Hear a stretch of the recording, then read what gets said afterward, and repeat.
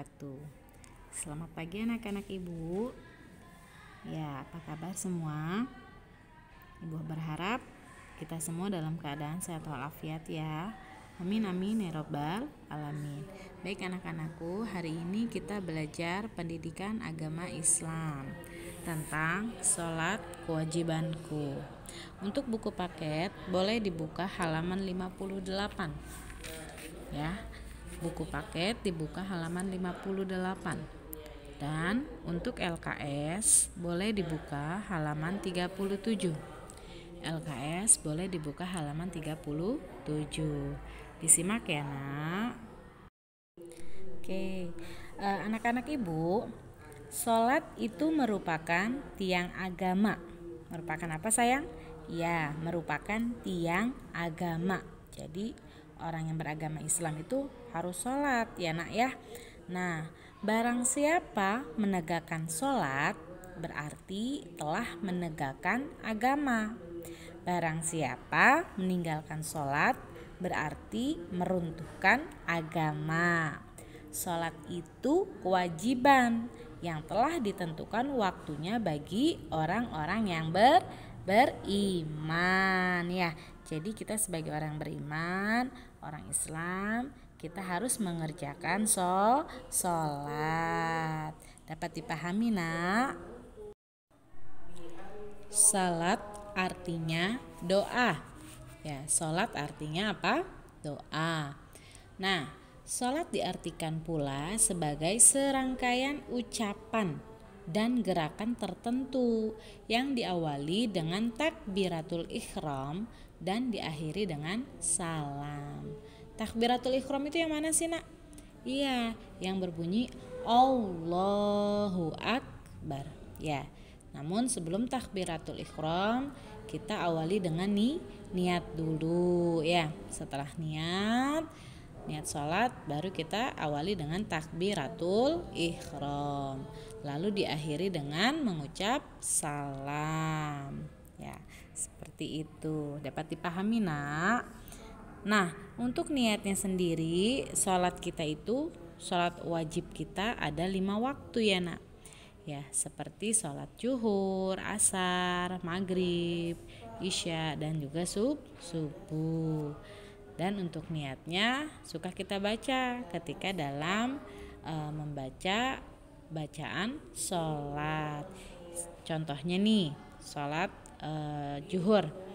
Usolli fardhu zuhri arba'a raka'atin mustaqbilal kiblati adaan lillahi ta'ala. Allahu Akbar. Nah, nanti setelah takbiratul ihram kita baca iftitah. Setelah iftitah kita baca surat yang wajib ketika sholat, yaitu surat apa nak? Iya, surat Al-Fatihah. Dilanjutkan surat lainnya, boleh surat pendek dan seterusnya hingga diakhiri dengan salam. Oke. Melaksanakan sholat berarti kita menyembah Allah Subhanahu wa taala ya nak. Nah, kita menyembah Allah, berdoa, memohon ampunan dan senantiasa bersyukur kepada Allah Subhanahu wa taala ya. Nah, sholat merupakan ibadah yang akan diperhitungkan pertama kali setelah hari kiamat tiba ya. Jadi sholat itu ibadah yang akan diperhitungkan pertama kali ketika nanti kiamat tiba. Nah, ingat ya. Nah, sholat itu merupakan rukun apa sayang? Ya, rukun iman atau rukun Islam? Iya, rukun Islam ya. Salah satu kewajiban orang Islam ya. Rukun Islam yang keberapa sayang? Iya, yang kedua. Nah, jadi sebagai seorang muslim yang baik ya, seorang yang beriman, kita tidak boleh meninggalkan sholat walaupun kita dalam keadaan tertentu. Ketika kita dalam perjalanan jauh ya, sulit untuk menjangkau tempat sholat, kita tidak boleh meninggalkan sholat. Kita boleh melaksanakan sholat di dalam kendaraan dengan mengambil wudunya itu dengan tayamum yaitu dengan debu di sekitar kita. Dalam keadaan sakit kita bisa sholat dengan melaksanakannya sambil duduk boleh, sambil berbaring boleh, seperti itu. Nah, anak-anak ibu, sholat itu dapat mencegah perbuatan keji dan munkar ya. Jadi sholat itu dapat mencegah kita dari perbuatan keji dan munkar.